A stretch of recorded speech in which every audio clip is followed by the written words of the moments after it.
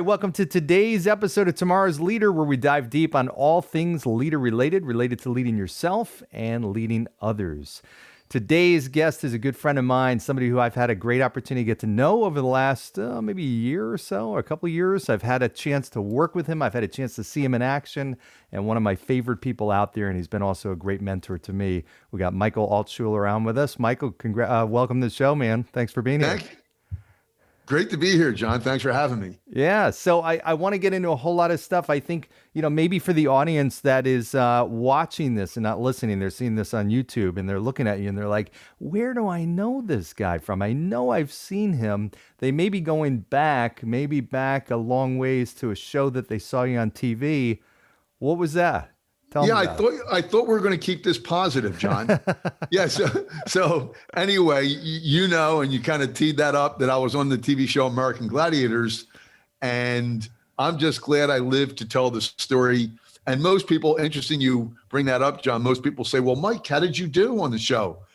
And when they asked me that question, I said, well, did you see me on the show? And they said, no. I said, well, that's easy. In that case, I won the national championship. The truth of the matter is I got my butt kicked in front of 6 million viewers, but it's going after your dreams, and it's really putting the time in to get better at whatever you want to get better at. And that was a great experience all the way around. Great lessons. Well, that was an incredible show. I mean, I was addicted to that show. I used to watch it all the time, and I just used to think, my God, I mean, those competitors, the gladiators. I mean, the competitors were beasts, but the guys and women that you were up against were, maniacs, right? Massive. I mean, just super, like out of a magazine muscular, and it's real. They go to kill you. I mean, they go to really just hit you as hard as they can. Yeah. And, it was just, like I said, I'm glad I lived to tell the story, but it's really about going after your dream, and facing fear and just going for it. So I'm glad I learned valuable lessons, and it's all part of whether you look at that or anything else. You have a goal, you have a dream, you go for it. You start with the end in mind. What do I want to achieve? Yeah. What are the obstacles? What are the opportunities? Kind of SWOT and you just go for it. Before we get into stuff, so how did you get onto the show? What did you have to do?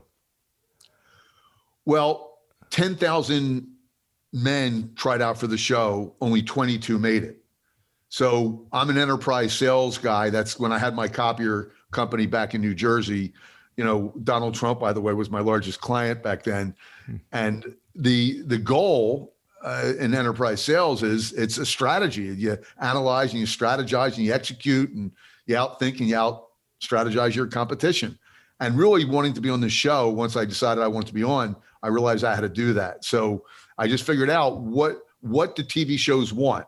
And what they want is one thing, and that's ratings, because that increases the value that what they can charge for commercials. So I said, and I studied the show, and I said, who do they have? They always have the disruptive person, the nerd. They have all these different personalities to make it interesting and draw viewership.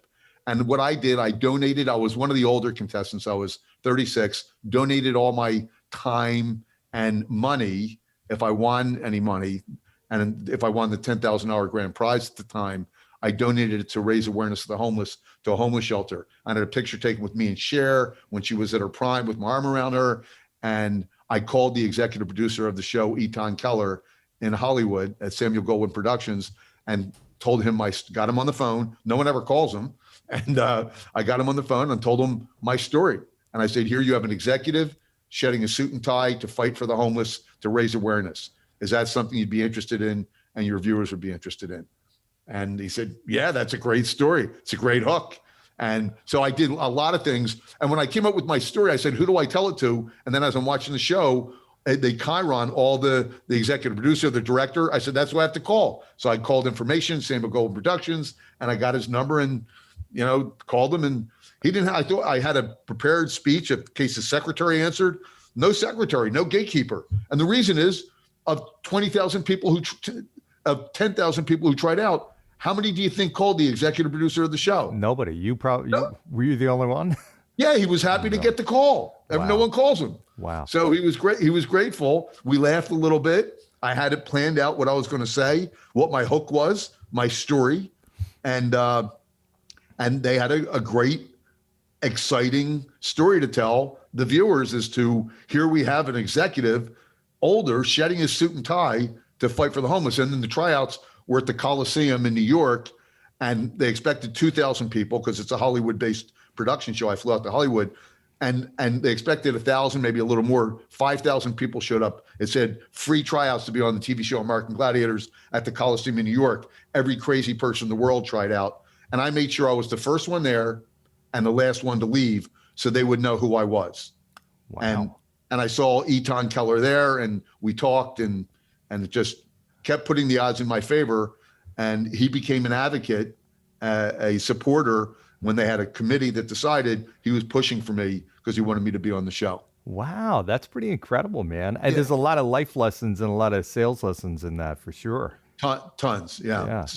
Like, just so you want to win any enterprise sale, you have to look at all the different pieces of it and how to influence the people that need to be influenced, how to put the odds in your favor. Yeah. And that's what I did. I went from possibility to inevitability, doing things that others weren't willing to do. Yeah. That would make an impact, knowing what they wanted and delivering it to them. Well, and I think that's such a spot on point, and I talk to people about that all the time. You got to be willing to do the things that other people aren't willing to do. In some cases, that's a great example. People just assume that everybody else is doing that. And in reality, nobody called the executive producer. So it was not something that even people were necessarily fearful of. I'm sure some of them were, but they just assumed everybody was, and they really weren't, Exactly. Yeah. And then you figured out, okay, what do they actually need and want versus just, okay, well, let me just be my best. You were a little more targeted and creative with that. Yeah, exactly. There was a plan. And, when you peel back the onion, you say, people don't buy features. They don't buy advantages. They buy benefits. There's only one thing a TV show wants, and that's ratings. That's it. Because that's the way they make their money, from selling airtime commercials. Mm-hmm. And the more people that watch, the more money they make. So they want something and then I studied the show. I watched what type of contestants they had. And I made sure that I was someone that was unique and different and would appeal to their audience, mm-hmm. and would get their ratings up. That would be a fascinating story. Yeah. So the picture of me and Cher, I'm an executive shedding a suit and tie. I'm not a young guy, and I'm donating all the money to a homeless shelter to raise awareness. So there was 3 different elements of this that were just powerful and compelling, mm-hmm. and worth telling them. If this guy's strong enough, fast enough to make it on the show, then you have to try out. I had to, they don't take the fastest and strongest, because otherwise I would have never made it on the show. Nor do they take the best looking, had you not noticed, John. But they do take someone who's going to drive the ratings, and that's, I think, what I did successfully. That's pretty cool. So you get done with this show. I guess is it like one day and you're done, or is it like? No, I was out there 3 weeks. They shoot two full seasons when I was out there. Oh wow! So you were on multiple. I was on 2 shows, and I tell people I lost to the grand champion of 2 seasons. Now that sounds impressive, but they seed the worst against the best. So I was going. So I have to be in total disclosure and full transparency. His name was Craig Brenham. We're still friends. We became very good friends, even when he beat the crap out of me on the show. He's a rodeo cowboy. He's a stuntman in Hollywood. Wow. And he was great. If you're gonna lose to somebody, I guess that's the person you want to lose to. Exactly. Rodeo cowboy and stuntman. That's pretty high credentials. Yeah, it's good to lose to him. So you go through this unbelievable experience. Even though you didn't win, that's a huge victory. What a cool experience. So what do you do? What do you do then? What did you do after that? Well, it's interesting. I said I was going to donate, and there was a lot of TV hype back when I got back to my home office and just outside Atlantic City. So there was TV stations that were interviewing me, and I told them I would donate the money to the homeless shelter if I won the $10,000. I only won $700. So I'm embarrassed to give the homeless shelter $700. So I gave him a big check that had $1,000. I added $300 of my own money, and I put 0.00. So it would look larger than it really was, just for the TV. And but most importantly, it raised. And they asked me, Larry Zonka and Mike Adamley were the host and co-host. They asked me on the show. We positioned it. They would say, Mike, we understand you're doing something very special if you win the championship. And I said, yes, I'm donating the money to the homeless shelter to raise awareness of the homeless. And they said, why would a businessman like you come on a show like this? And I said, too much toner dust in the brain after all these years, because I was in the copier business. That was for all my customers. But I came back to somewhat of a losing hero's welcome, if there's such a thing. And, just, it was, to this day, it still serves as good publicity that it's, for those that are younger that are listening to this or watching this, it's like American Ninja Warrior with gladiators. You have these obstacle courses, and you have 300-pound muscle-clad gladiators trying to prevent you from finishing these obstacle courses. And they hit you and they try to chase you down. So just got back to business. I had a copier business and got back to selling copiers and building a team and eventually selling my company. Wow. So, and yeah, for those that haven't seen that show, it is a tough. You got people really trying to destroy you and knock you off these obstacle courses. The obstacle courses are tough enough as it is. So yes, that's pretty crazy. Sure. So okay, so you go and you tell us about this. So you sold your company. What made that happen, and how did you do it, and then what did that open up for you? Sure. Good question. I started my company out of a 600 square foot apartment, copiers, and then got fired from my first copier job because they thought I was leaving to go to another company and stealing my leads, the leads that I got. But I was actually just getting competitive information because I was, from the publications I was reading, I was underpaid, and I was preparing myself for a meeting with the president, but they misconstrued the information on my desk and they set me up and fired me. But that was actually a blessing, because when they fired me at 21 as the number one salesman they ever had, that's when I started my own copier company out of my apartment as a copy machine broker. Became the youngest Sharp electronics copier dealer in the country that they've ever had at 23 years old. And then grew my company to a multi-million-dollar company in my late 20s, early 30s, sold it to the multi-billion-dollar giant Alco Standard, which became Icon Office Solutions, and just built a company. And I really learned from the inside out. I wasn't the best leader when I was younger, and I learned a lot. Life is about the lessons that you learn. And it's the old thing, John, people don't care how much you know until they know how much you care.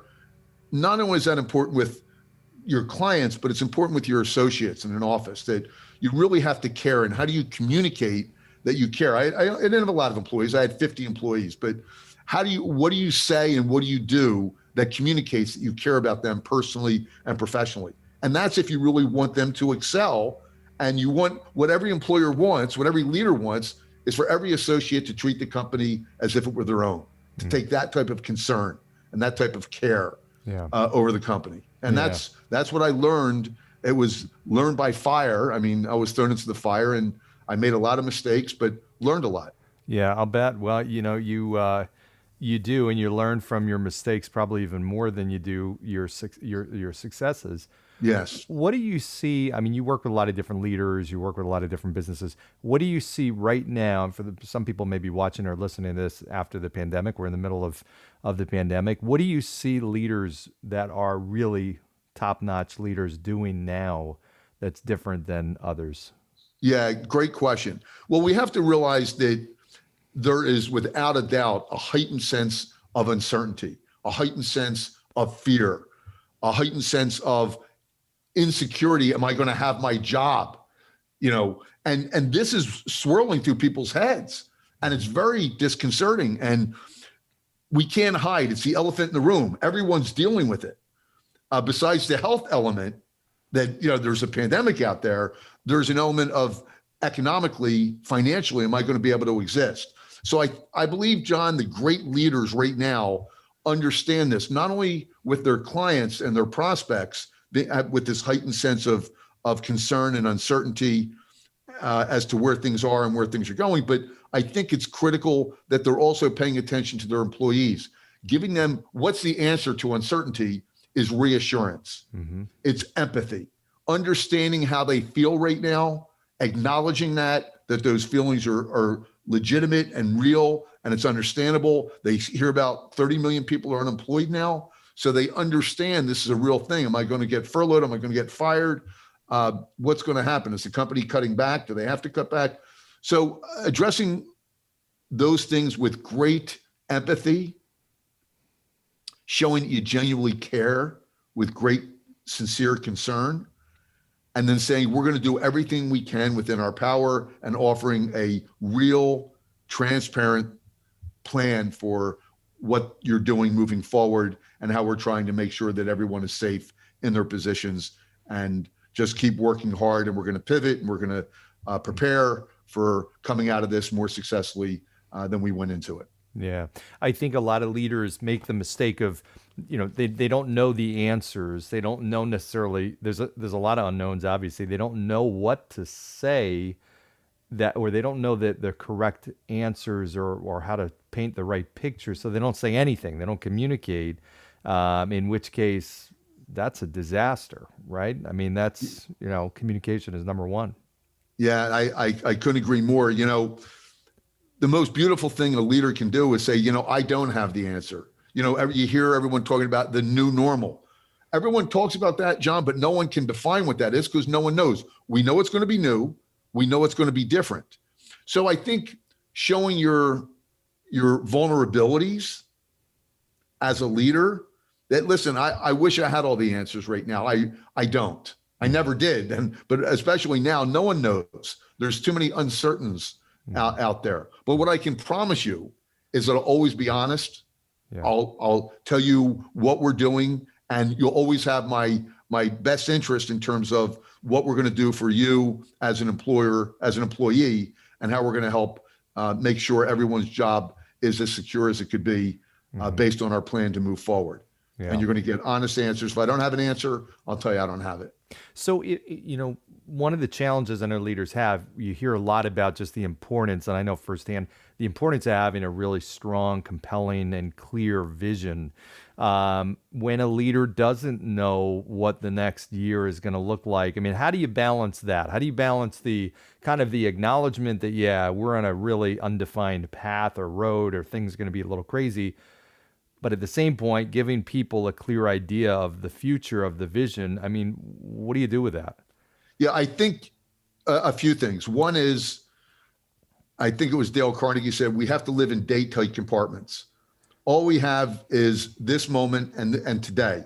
We're going to do our best today with what our job duties are and responsibilities are. And let's just do the best we can do with what we know for certain right now. Mm-hmm. And know that with the uncertainties in the future, what that new normal will look like, that we are working on a plan. This is what we have so far that we believe to the best of our ability will pull us out of this and make us really thrive, not only survive, but thrive in the coming months and years. Mm-hmm. And no one has all the answers right now. And that's just the reality. But what we do know is everyone in the company has duties and responsibilities, and let's focus on doing the best we can right now with whatever plan we have in front of us that we know for certain this is our job. Let's do the best we can, stay positive, encourage and support others, and we'll continue to work on a plan that will move us through this better than we came into it. So let me ask your opinion on this. So what are the things that, obviously this whole mess has kind of forced everybody to change in one way or the other, whether they want to or not. And sure. It's pushed people outside their comfort zones. I've seen businesses that are thriving now because they did things they never would have done, and they were forced to and think differently. I've seen some that obviously are failing.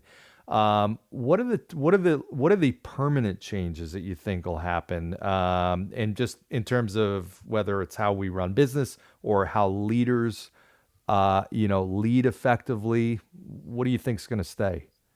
Yeah, I think from a sales perspective, we're still going to meet belly to belly, kitchen, talk to people at their kitchen table, depending on what industry you're in or in their office.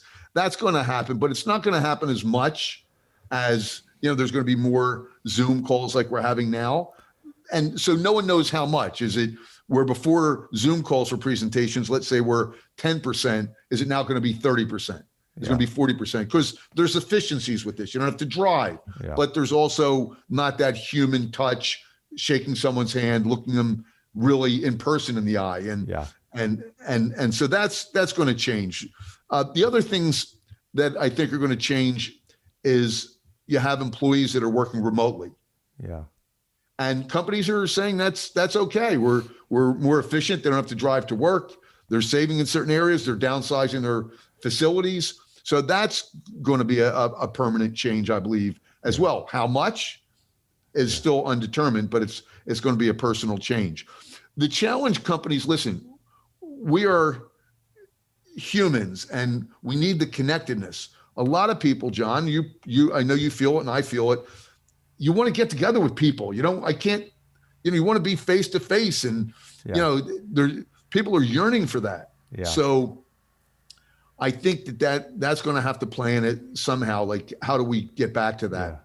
Yeah. And that's going to be, as time goes on, what we're doing. One of the things that I've found, I think what a very good positive is the Zoom call has replaced the phone call. So there's much more, I see people's faces more. I'm not actually even talking on the phone much. I don't even like it. I do all my meetings on Zoom. So yes. I think that's a benefit.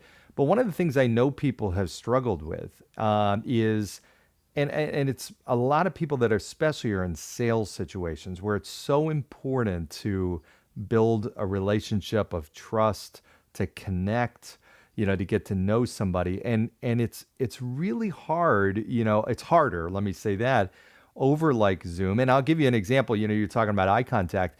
Eye contact, like so you and I are talking right now, we're looking at each other, but we're not looking at our eyes. You're looking at mine, I'm looking at yours, but we're off screen a little bit. And there's no way to avoid that, right? Yeah.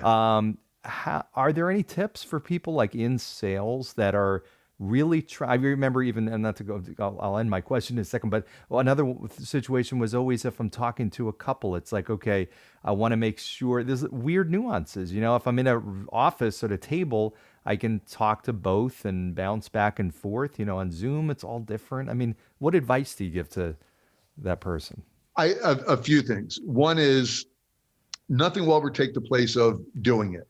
So you have to practice and do it over and over again and then say to yourself with great intentionality, how can I do this better?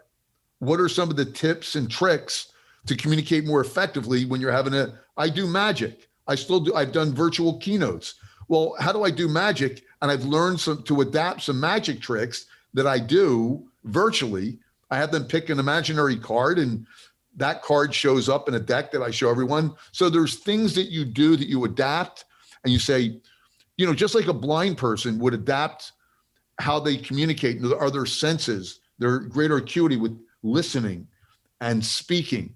So we have to learn and really develop other senses to be better, and then also observe with great intentionality, watch a video, play back a video, and say, I do that all the time as a professional speaker. I say, man, I looked at this side of the audience too long, or I didn't pause properly. And the only way you could really learn that and get better is by doing it over and over again, watching the video, cringing, because you will cringe, say, oh my gosh, I can't believe I said that, or I look that way, I look like a moron. But that's the way you grow. And that's like when people don't like the way they sound, if you ever listen to yourself, the way your voice sounds in a recorder, right, they turn the recorder off. That's like an ostrich burying its head in the ground thinking everything will change and be gone. Right. No, you still sound like crap, even though you turn the recorder off. Yeah. So the only way you improve is by facing what you need to improve, the things that you're not doing well, and saying, okay, make these minor changes. Yeah. And getting a little better at doing it each time. Well, I think anybody in business should be recording themselves, even with a friend on Zoom, so they can pick up on those things. Because, and I'm sure you've dealt with this before. I remember leading people and, some of my people would have weak handshakes. And I'm like, listen, you cannot have a weak handshake. That does not work. And they didn't even know it. They had no idea. Maybe for years, nobody told them they had a weak handshake. So they were unconsciously incompetent with that. I see people on Zooms that really have I just did a call actually before this, and the person was backlit, so I couldn't see their face at all, and all I saw was a silhouette of them. And I had another one where it's showing the side of their face. I mean, it's stuff like that breaks down the trust before it even has a chance to build up. They didn't even realize that, right? Yeah, and it's funny because you couldn't see their face on the previous call, and on this podcast, you wish you couldn't see my face. So that's kind of the opposite issue here. But the truth of the matter is that in life, in business, in everything you do, it's all the little things you do that make the big difference. Totally. It's the preparation. I know that you're probably a fan of the Patriots. Yeah. And I say this, even though I'm down in Florida and from New Jersey, arguably one of the greatest NFL teams of all time. You can't argue with that. Certainly of the modern era with the successes Bill Belichick has had. He has one quote of the tens of thousands. Do you know the quote he has in the locker room, John? Do your job. Well, actually, it's from The Art of War, Sun Tzu, and it says, every battle is won before it's fought. Yep. And that's it. So you don't just pull off a great Zoom call. Mm-hmm. It's, you check your mic. You check, before I was on this call, I got on. You can get on Zoom and just hit meeting, and you can look at yourself, and you can record yourself. Right. And I've done that. Right. And so that's what I did before this call. I said, how's my lighting? How's my position? If I turn this a little bit, you'll see my blinds. I don't want you to see my blinds. Right. So I positioned everything perfectly. Yeah. So you can see my quote in the background. Yeah. Okay. So the microphone was the right level. I have notes as to all my check off things that I need to check. Yeah. And it's all these little things, but you know what? It's not just what we do with a Zoom call. Yeah. It translates successful habits. First, we make our habits and our habits make us. It's all the things you do, the traits that you have, the habits you've developed that lend itself to leadership. So let's spin this into leadership. So right now, as a leader, I'm going to suggest that the leaders listening to this look in the mirror, because that's where you're going to get the greatest mirror. The greatest leader or worst leader you're ever going to look at is the one in the mirror, because you kind of like Michael Jackson's song, because you get to make all the decisions as to what you need to do to get better, these little tweaks. Mm-hmm. And it starts with, okay, what's the perfect model of a leader? Have you done that research? Do you care enough to be the best leader? Mm-hmm. Who are the leaders you admire? Richard Branson. He had a great quote that I wanted to share with your audience that, and I wrote it down. Train your people so they could leave. Train your people well so they can leave your company. Treat them well so they never do. Love it. So what do all the great leaders do? What are the common denominators that all great leaders do? Success, as we all hear, leaves clues. Mm-hmm. So pick the top 3 leaders that you really respect and admire, and then say, what do they all agree upon? Do I exemplify those traits, those characteristics? Mm-hmm. Do I treat my people that way? Mm-hmm. And then what you do is you take one little step at a time and improve. But it all starts with being intentional to say, look in the mirror and say, I want to be a better leader. Mm-hmm. Okay? Mm-hmm. That doesn't happen automatically. No. How do I become a better leader? I'm a big modeling person. Mm-hmm. Find out the 3 best leaders that you respect. I don't care whether it's Abe Lincoln, Winston Churchill. I don't care whether they're living, passed away, whatever it is. Find out who they are, what they all do, what the common denominators are, and then say, where are my gaps? Like you do that gap analysis, and then just say, okay, don't tackle it all at once. You're looking for progress, not perfection, and tackle it a little bit at a time. And that becomes with the first step being who they are, where are the gaps, what do I need to do, and then work on one thing of it that you want to improve at a time. And that comes with triggers. It comes with being intentional. It comes with self-talk. We have 50 to 70,000 thoughts that go through our head every day, 65% of which are negative. Are you aware as a leader what you're thinking of? We have a lot of stuff that goes on. Are we thinking about and intentional about how I could lead in this moment better right now with this manager, with this employee? Yeah. And what does that look like? And that's your guide throughout the day. Man, there's so much in what you said there that I want to go into. One of the things, and I agree 100%, I think it's, modeling is so key. I learned so much about leadership by modeling the right behaviors. And I think the tendency sometimes for somebody, whether it's a leader trying to get better or an athlete trying to get better or whatever, is that you do see there's so much of a difference. And wow, it's overwhelming. I can't even, but if you start with the small stuff, and if I'm trying to become a better leader, I'm like, okay, well, how does Michael run his meetings? Let me just see, how does he communicate to people? How does he dress? How does he, what does he do and run his day? How does he do a Zoom call? I can actually pick up things. I've learned things from you. When I saw you speak, I'm like, wow, there's some things you do. I'm like, I got to do that. That's really great. You start with a little stuff. You get 1% better and better and better. So I agree with you 100% on that. Yeah. Yeah, you know who wrote a great book about that, John? And anyone, I don't follow a lot of people, and this guy I do follow, James Clear, Yeah. wrote a book called Atomic Habits. I read And it. he tells Great a book. great story. I'm not going to share the story about the British racing team in the Tour de France, Yeah. how this coach was hired to bring them a championship, Yeah. or have them win the race, and they had never won it, or it's been forever. And they said, could you do that in 3 to 5 years? And the things that they looked at were, what were your pillows that the riders sleep on at night, the team? Yeah. What was in the pillows? I mean, every little thing they looked at. But to your point, there's a saying called inch by inch, anything's a cinch, yard by yard, anything's hard. That we should, the way we learn, the way we grow, don't let it be overwhelming. Pick one part of what you want to be a better leader, what that looks like, and just do one thing better. Yeah. And if you do that over a period of 60, 70 days, you'll be twice as good a leader as you were when you started, if you just start doing one little thing better at a time. Yeah, I love that story. That's David Brailsford, the aggregation of marginal gains, that British coach. And it was like, they started they got a surgeon to teach them how to wash their hands, so they reduced the chance of infection, of getting sick. They tested, their uniform fabrics to see what was more aerodynamic. They put alcohol on the tires of the bikes to reduce the dust. I mean, it was all kinds of stuff. And it was amazing, right? And it's all incremental. I'll give you a short story about, I try this stuff. I love to try it myself. And, I do leg raise, bicycles with my legs. So I'm laying down on my back, lift my head up a little bit, and just bring my legs back and forth for abs, right? Yeah. And I said, okay, I'm going to do 100. And then I said, okay, I think I can push to 110. Well, I'm up to 500 now, nonstop. Wow. And it's like, if you would have said to me in the beginning, kind of to your example, John, you look at this professional, this great leader, say he does so many things or she does so many things that are perfect. I could never do that. Well, if you do 1% better every day, to your point, you can. Yeah. It's the aggregation of marginal gain. Right. Absolutely works with anything, whether it's working out. If you don't floss your teeth, I challenge you to floss one tooth. You say, oh, that's so easy. Exactly.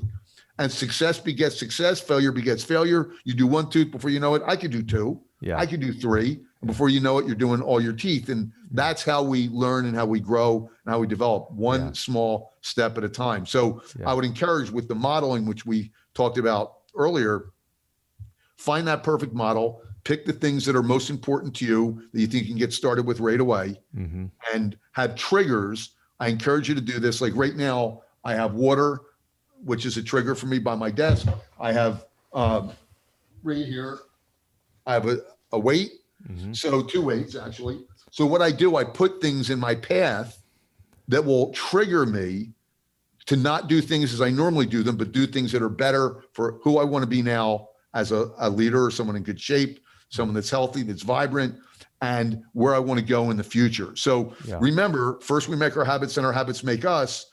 Anyone who's a leader, it doesn't matter whether you're looking to be a better leader, better employee, whatever it is, you're going to have to change something. Yeah. And you've been doing it a certain way for a long period of time. And that's up here. And, they say, Simon Sinek says, the bigger the why, the bigger the try. Your why has to be big enough. What's your reason for wanting to change? Yeah. You're the leader. You're probably not going to get fired. So what's your other why? You're going to have a bigger organization. You're going to have more peace, joy, and fulfillment at work. You're going to give other people more peace, joy, and fulfillment. So your why has to be there, that will cause you to make the changes, because it's going to be uncomfortable.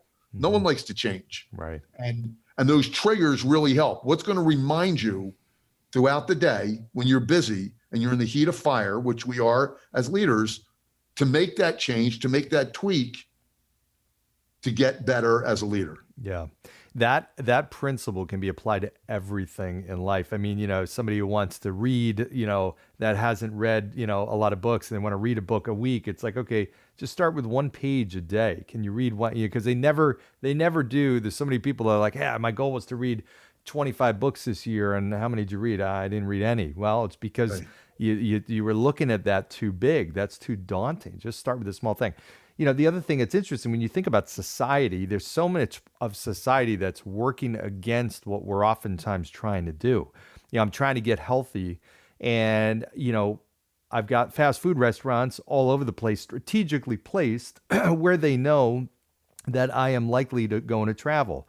I've got, when I go into the supermarket, when I'm cashing out, I've got these great looking, candy bars and whatever that are tempting me. So you've got all these things. So to your point, you've got to really counteract that. You've got to put the triggers that are going to lead to the right behaviors and set I know a lot of people, and I do the same thing, where I've got my house set up a certain way where I work in certain areas of the house when I want to be creative, when I want to, be productive, when I want to perform or do something like this. It's different areas that will trigger different emotional states. So yeah, that's really, in fact, I had this conversation yesterday, John. Great point. There's two powerful forces in the world. One is the external forces. There's so much noise out there. There's so many distractions. There's a million distractions on social media, cell phones, all the advertisements. Like you said, and most of it is negative. Yep. They have you valuing things you shouldn't and not valuing things you should. Mm-hmm. And you'll go down this rabbit hole of just negativity and things that are unhealthy, mentally, physically, spiritually. It's just terrible. Yep. And so you have to put things in your path. You've heard, and this audience I'm sure has heard, that we are the sum total of our 5 closest friends. And I would add to that it's not just your 5 closest friends. You need to have things around you all the time that anchor you in who you are and who you want to become, what you're aspiring to be. Mm-hmm. Now, I suggest to everyone listening to this that everyone listening should have a core set of values. And your values are the cornerstone of who you are. That's what you're measuring yourself against every day in your thoughts, your decisions, and your actions. Now, you have values as an individual, you have values as a leader. I have 5 values that I govern my life by: to honor and serve the Lord with everything I think, say, and do, to be the best husband to my amazing wife, Emmy, to be the best dad to my amazing son, Kyle, my 2 stepsons, Dex and Julian, to serve others with the gifts, talents, and abilities I've been blessed with and improve upon, to make an impact in their world, and to be in the best mental, physical, and spiritual shape to serve my other 4 values. So when I look at my day, I say, how did I do? I assess myself with everything in the moment and throughout the day. When I lay my head on the pillow, did I think about, number one, those values, living them, and did I actually live them? I think about them 90% of the time because I've been doing it so long. Yeah. Did I do them? Not so much, because you'll miss one here. I didn't work out. I didn't eat healthy. I didn't spend as much time with my wife, or it wasn't the best time. I didn't call my son. So you look at all that, but they say, with values, if you don't stand for something, you'll fall for anything. Mm-hmm. What do you stand for as a leader? Yeah. What do you stand for? And do you represent that in your words and your deeds? Mm-hmm. And that's what you need to measure every day, every situation. And you assess it. And afterwards, listen, I'm always asking for forgiveness because I fall and fail, but I have a conscious and immediate response to, I could have done better there. Yeah. And that's all we want to do, is the best we can do at the end of the day. Well, it's interesting. I think a major key to happiness is living within your values and making decisions that are lined up with your values. And I think you should be able to almost spend a week, like if I spent a week with you and, every waking moment saw what you were doing and watched you, I should see those values. I should see the time with your wife. I should see the time with your kids. I should see you giving back. I should see your spiritual and mental and physical health. Absolutely. And if not, so sometimes that's a good way to self-reflect, is to say, okay, are there the things, I see people that say health is really, really important, yet there's nothing that I could see in their week that really would tell me that, so they're really now living out of alignment with their value. And there's going to be that internal rub at some point. They're not going to be happy. And then you nailed it. And that congruency that you live and understanding, you want to be hard on yourself, but you don't want to crush yourself. You understand that you're going to fail and you're going to fall. Mm-hmm. No one has a perfect journey. Yeah. Okay. On this earth. Yeah.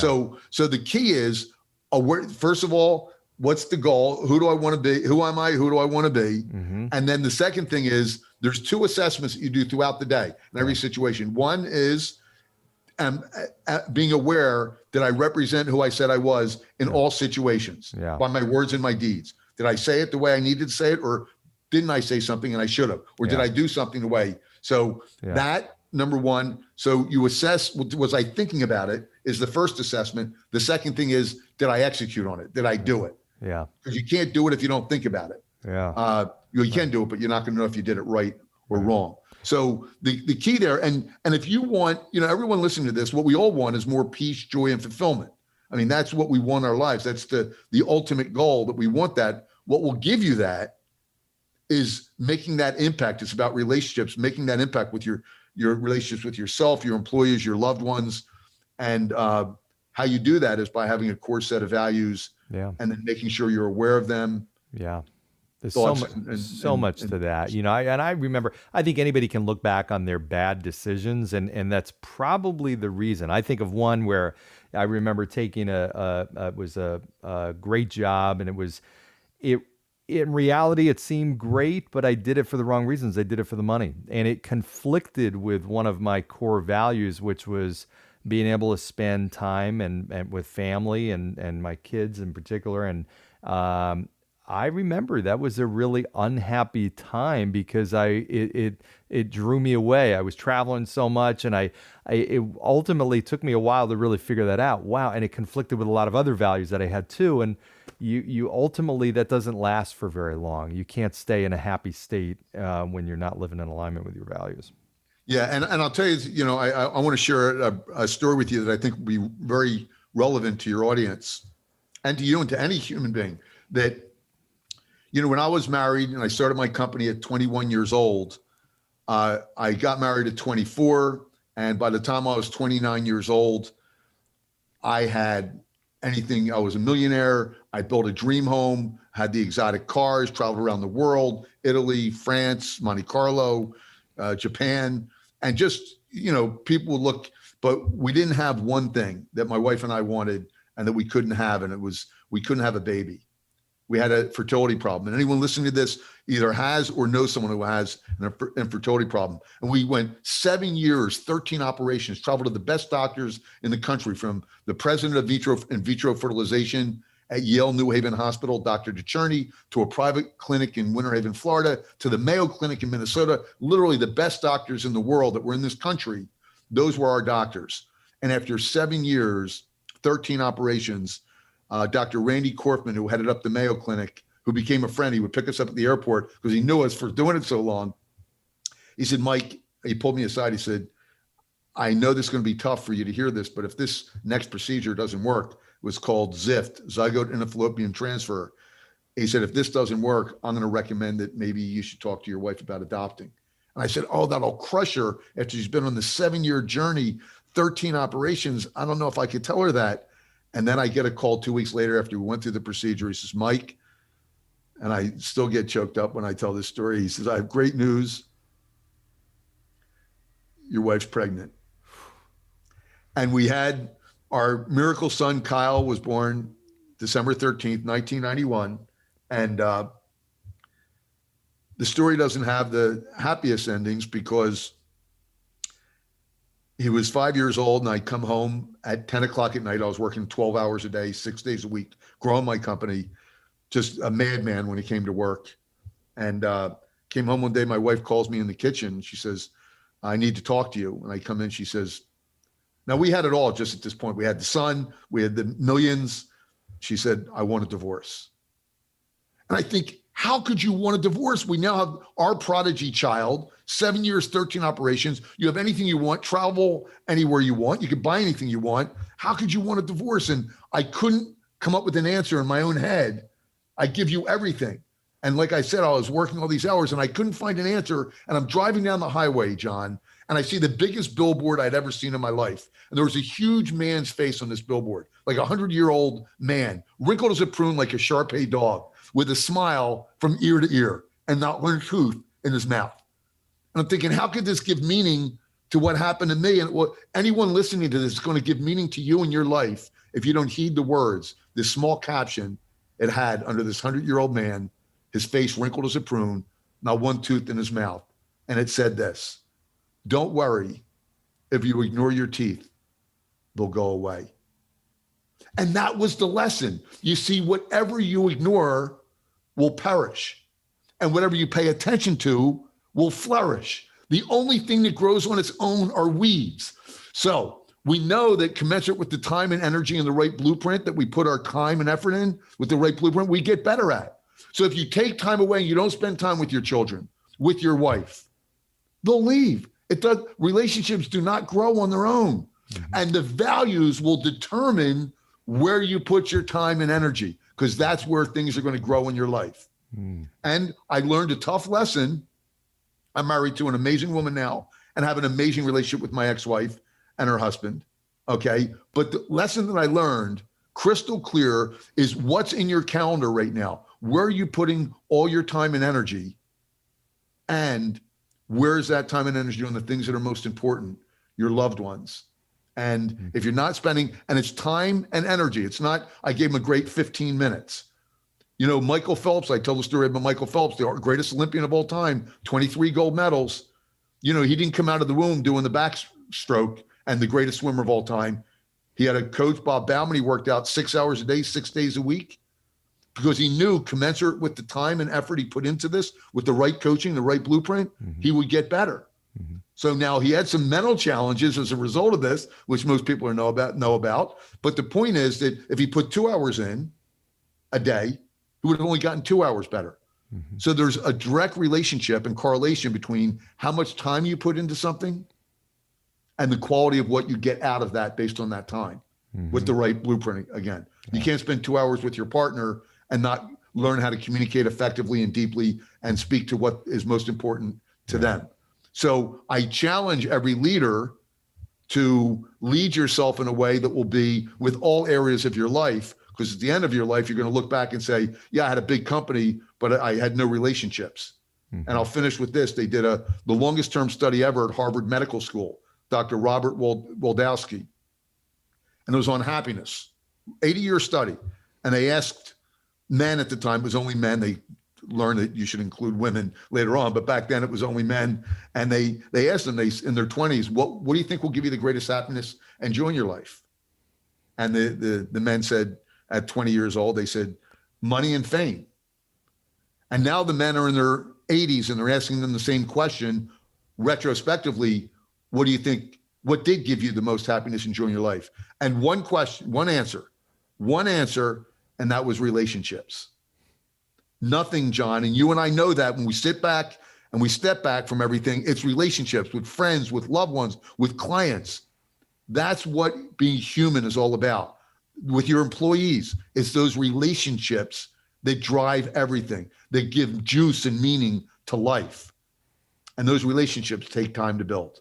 So as a leader, what relationships are you building? That's what I challenge you on. And how are you building them? Powerful stuff, man. That's incredible. Speaking of spending time, and to your point, people shouldn't be surprised when they have certain things that are succeeding or not in their life because of where they spend their time, right? We shouldn't be surprised that we're not in great health if we're not spending time paying attention to it, or that we don't have the relationships, or we do have the relationships that we want. Speaking of spending time, where are you spending your time now? What are you working on now? I know you're doing a lot of impactful stuff. Yeah, well, thank you for asking. I have a mastermind groups for sales leaders, sales representative, agents, and advisors. It's a mastermind group that most people know about from Think and Grow Rich, where you have the collective energy of everyone in the group really dealing and helping everyone deal with getting through challenges and opportunities faster and bigger and better. And then I have a second mastermind group for entrepreneurs and business owners. And that's, I spend my time on that. And I have a new launch that's going to happen in the next probably 3 weeks. I am the job hacker. So I have one-on-one coaching and consulting I do for folks looking for work. And now I'm going to have an online place where people can go to get the best advice on resume, how to build a great resume that will break through the algorithms and get you calls for interviews and the best strategies. And it's going to be a free download and a deeper level they can get involved with memberships if they want to. Wow, that's pretty cool. And that's valuable because now this job market as it is that many more applicants for every job. So you've got to be extra unique for sure. Absolutely. Yeah. And it's going to be, I'll be able to make a difference and an impact in the world, which is important to me. 30 million unemployed. And I'll be able to give away services at no cost that will help them, that will move the needle And if they want to go a little deeper level, my first subscription level is $7 a month. I wanted to make it where everyone can afford it and get the coaching. I'll be coaching live on these calls, on Zoom calls.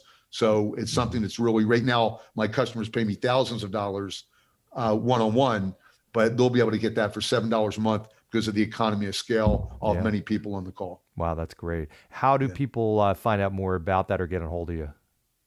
Well, people can go to my website right now, which is michaelaltshuler.com. That's michaelaltshuler.com. My email is michael@michaelaltshuler.com. And also the Sales Hacker is not up yet, but it will be once we launch. And they can go there if everyone is either dealing with they're unemployed or knows someone who is, and we're going to offer valuable insider secrets. That's why it's called the Job Hacker, on how to get interviews, nail the interview, get job offers, and help people get back to work. Okay. Before we wrap, and I know we're short on time here, a couple things I want to hit on. One is for those people who can't see your background there.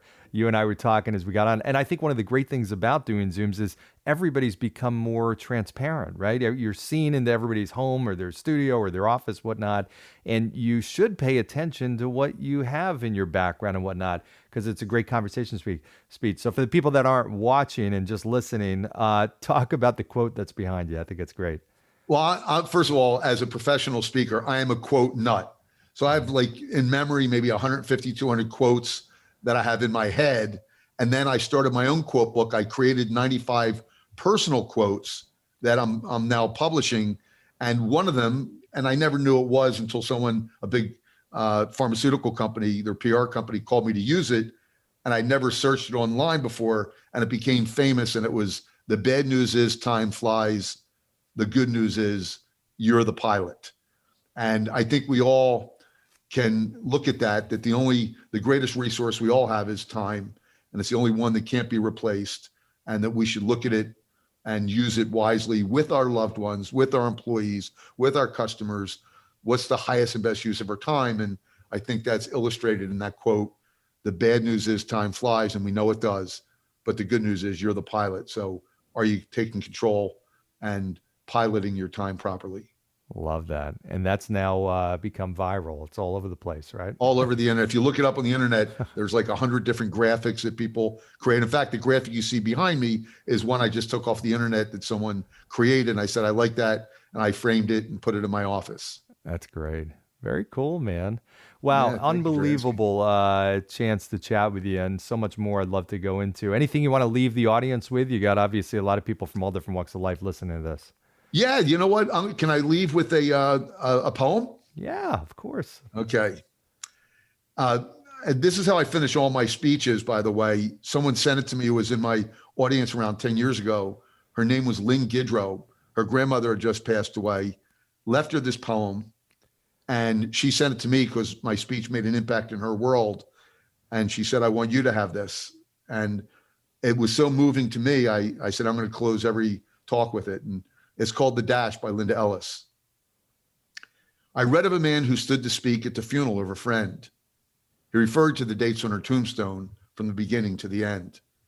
He first saw her date of birth and spoke the second date with tears, said what mattered that most of all was that dash between those years.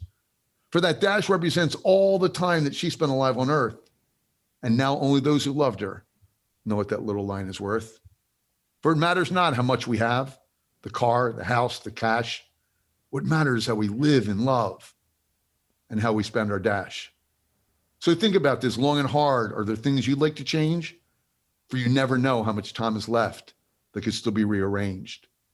If we could just slow down enough to consider what's true and real and always try to understand the way other people feel. If we could be less quick to anger and show appreciation more and love the people in our lives like we've never loved before. If we could treat each other with respect and more often wear a smile, remembering that this little dash might only last a little while. So when your eulogy is being read with your life's actions to rehash, will you be proud of the things they say about how you spent your dash? It's my sincere hope, wish, and prayer that each of you listening to this or watching this spend your dash in a way that will make a real difference in the lives of your coworkers, your customers, your friends, and most importantly, your family members. Awesome. Wow. Love it, man. I greatly appreciate you sharing that. Powerful My stuff. pleasure. Yeah. All right, my friend. We'll have you back another time for part 2 down the road. I'd love that if we can. You got it, man. Thank you so much for having me on the show. Love what you're doing. It's first class, as I would expect coming from you, John. And I wish you continued success. You're a bright light and sometimes a dim universe. Keep it up, brother. Thanks, buddy. We're here with Michael Altshuler, peak performance coach, sales expert, keynote speaker, a fantastic one, by the way. I got the opportunity to hear him. Gladiator, father, entrepreneur, husband, man extraordinaire. So thanks for joining us, Michael. Thank you all for listening in. Keep liking, sharing, comments, subscribe, all that kind of good stuff. I greatly appreciate your feedback. Thanks for joining today. Look forward to seeing you next time. Thanks, everybody.